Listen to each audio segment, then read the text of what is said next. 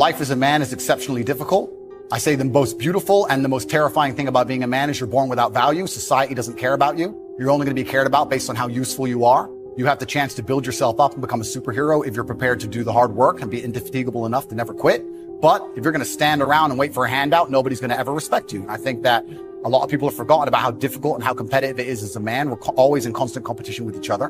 And it's your duty as a man to stand up and say, I want to be as important and strong and good-hearted and God-fearing as possible. And I need to work hard to achieve those things.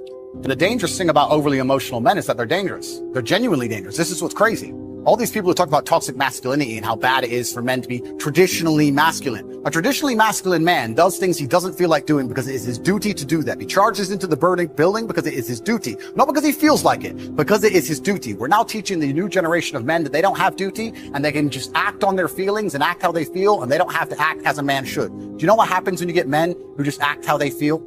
You get school shooters, you get violence. Men who do not control their emotions are dangerous. If you find a man who is stoic, he's not going to hurt people. He's going to sit and think about his actions very carefully, and he's going to be a good man who protects and provides for his family. You find a man who just acts out on impulse and does whatever he feels like, you're going to find a dangerous man. Sitting here telling men to cry more and act with their feelings and it's okay to feel this way, that way, etc., and have no self-control. That is why we have the problems we have in the world. Absolutely not wrong. So when they talk about toxic masculinity, they have it completely inversed on its head, completely not wrong. We need to be teaching stoicism. We need to be teaching young men to understand that the world is very, very difficult. It's hard to be a man. You're going to feel bad sometimes. You just suck it up and perform anyway. Not to sit there and cry your eyes out or blame other people. And when bad things happen, they call traditionally masculine men. If you need a firefighter, you need a masculine man. When you call the police because of the problem you had, you want masculine men. And as soon as a woman or a man is in trouble, when you look for backup, you look for masculine men. And masculine men have a duty to provide and protect those they care about. We have a duty to do things we don't feel like doing because we know we're supposed to do them. And that's why we stayed in the Titanic and died.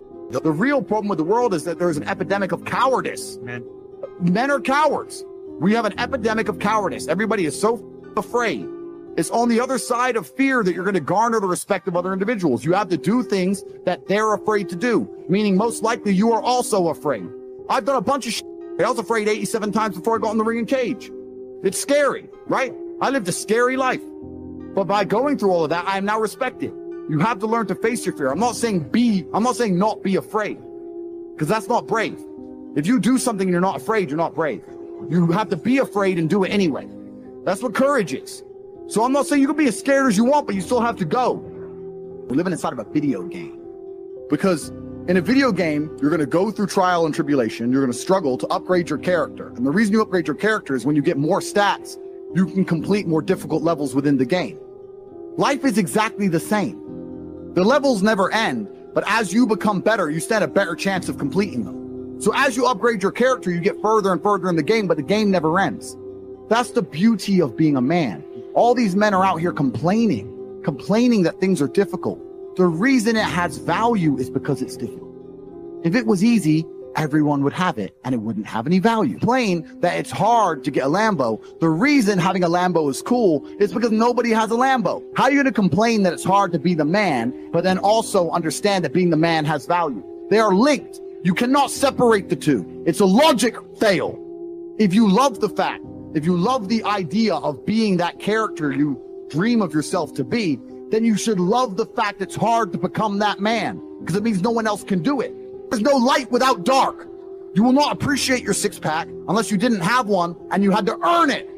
That's how the world works. So when I talk to these dudes like, oh, but it's, you know what, Tate, yeah, I agree, but you know, it's hard. It's hard. Of course it is. It's supposed to be. And if you're not cut out for it, then go off and live a normal existence and die.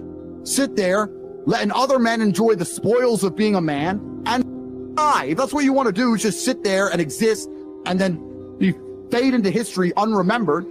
That's your decision. If you want to level up your character, then you need to get out here and do it. You need to be around brave men. You need to get some balls. You need to get your network together. You need to do the truth. Humble yourself. Stop sitting there with an ego. Realize you ain't shit. You're nothing but lucky. Bacteria could have stole your eyesight at the age of 3, and it didn't. You could have been in a car crash and lost both your parents. Never happened. You've been nothing but lucky. Blind luck has given you a favorable hand, and you've managed to f*** it up. And they are trying to convince you that you should act how you feel. You should show more of your feelings. If you feel this way, you should show it. If you want to cry, cry. Look, I have no problem with guys crying. Sometimes guys cry, right? My dad died, I cried. I've cried once in 10 years, but it's not a default emotion for me. Sometimes you cry, right? But what I'm saying is the reason they're trying to bring out emotionality in you is because most of the time you don't feel like doing the things you're supposed to do. But the true masculine frame throughout history was doing the things they didn't want to do, but they knew they had to do because they had honor and duty. That's what honor and duty means. Do you think the men on the Titanic wanted to stay on the Titanic? No, we're men. We have to stay. We're scared, but we must. It's our duty to let the women and children on the lifeboats. This is masculine duty. When you remove self-control from men, you get not only do you get emasculated weak men, but what you also get is very dangerous men. Because the world at large is trying to tell you, just be more in touch with your feelings and everything's going to be fine. Men also have an innate desire, one, for conquest, and two, we have a biological response. We are very predispositioned to anger. You look at all these school shooters and these are men who can't control their emotions. That's all they are. Facts. They have no self-control. And then they go and do dangerous. A good man controls himself. I have absolute self-control. If I decide to smash your face in, it was a very conscious decision. Nothing to do with the fact I was angry. You understand? Emotional control is absolutely and utterly important as a man. Now, I'm not saying become a stoic dork, have no personality, be a boring. I'm not saying that. I'm saying that you need to understand as a man, there are certain principles under which you act, regardless of how you feel. Bam. I can wake up in a terrible mood. I can wake up sad. I can ache. I can have a busy day, stressed, etc. I will complete the same tasks as if I woke up in a fantastic mood. I'll do the same things because how I feel has no bearing on the things I'm going to do in my day because I have duty to myself and to my bloodline. So a lot of you guys out here are acting like fools because you feel like acting like fools. And what I'm going to say to you is, because you think there's something wrong with you, you go, well, I lack motivation. You hear this one?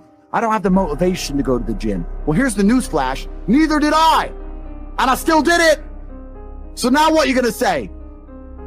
Now you have no excuse, right?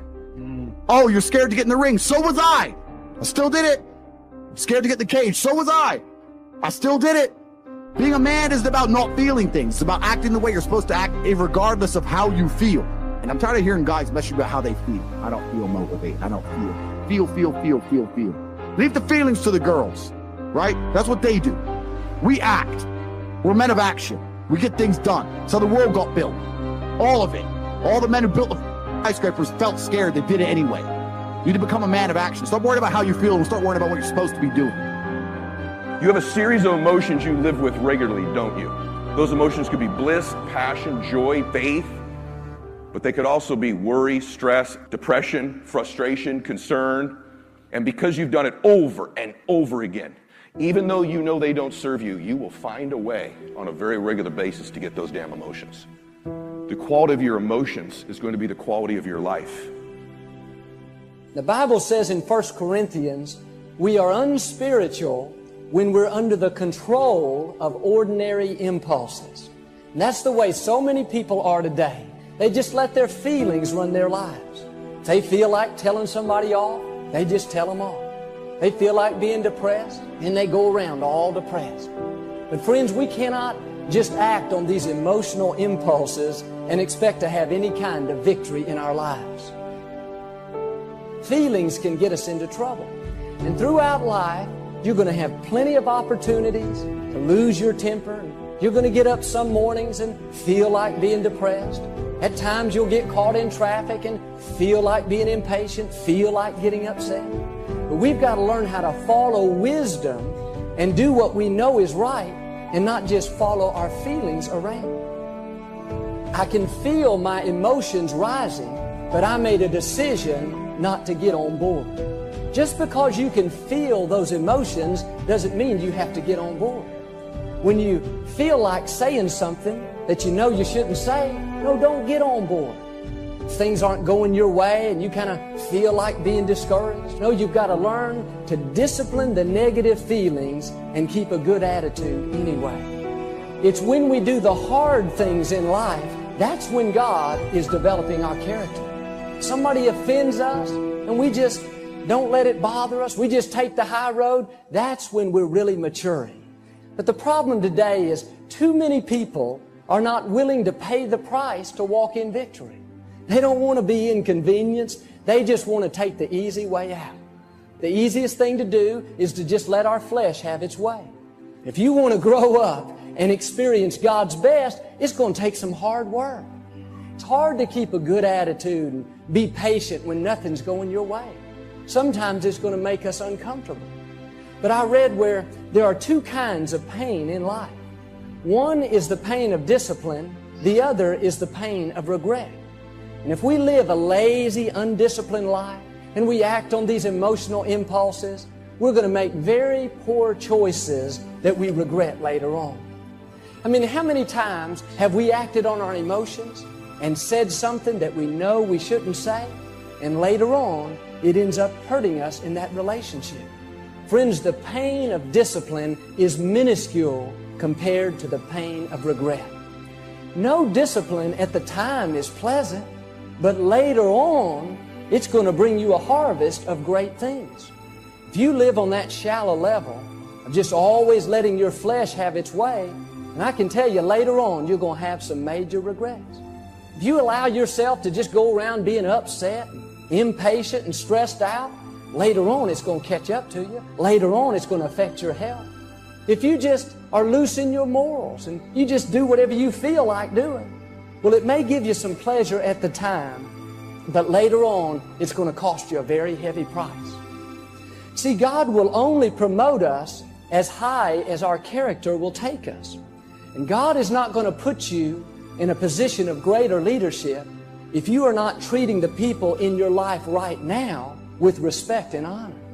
If you're being lazy and not being faithful to do what you know you should be doing, then that's going to keep you stagnant. That's going to keep you from growing. If you had a problem with your temper 10 years ago and you have that same exact problem today, I can tell you that's keeping you from God's best. If you would just do your part and grow up a little bit and quit being ruled by your feelings, if you do that, that's when God will begin to increase you. If you're having difficult times today, instead of getting all bent out of shape, you need to see it as an opportunity to grow. God may be trying to do a work in you.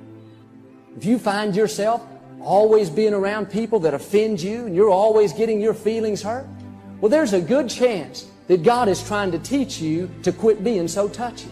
If you find yourself around people that are always rubbing you the wrong way, always irritating you, God is trying to teach you how to love the unlovely. He's trying to teach you a little bit about patience. Well, God, if you just ever change these kids, that's why I'm always upset. Now, let me tell you a secret. God is not going to change your children until you first allow Him to change yourself. And instead look inside and allow God to do a work in you. Then God will change the circumstances. Then He'll change those other people. As long as we're not passing the test, then we're going to have to take it over and over again. In 1 Peter chapter 4, verse 12, don't be surprised at the fiery trial that you're going through. It is only to test your quality. You see, when we go through times of pressure, it shows us what we're really made of. It shows us areas we need to improve. And unless we learn how to rule over our emotions, make the right choices, keep a good attitude, then we're not going to get out of that situation. God loves you too much to just leave you alone. He sees your potential.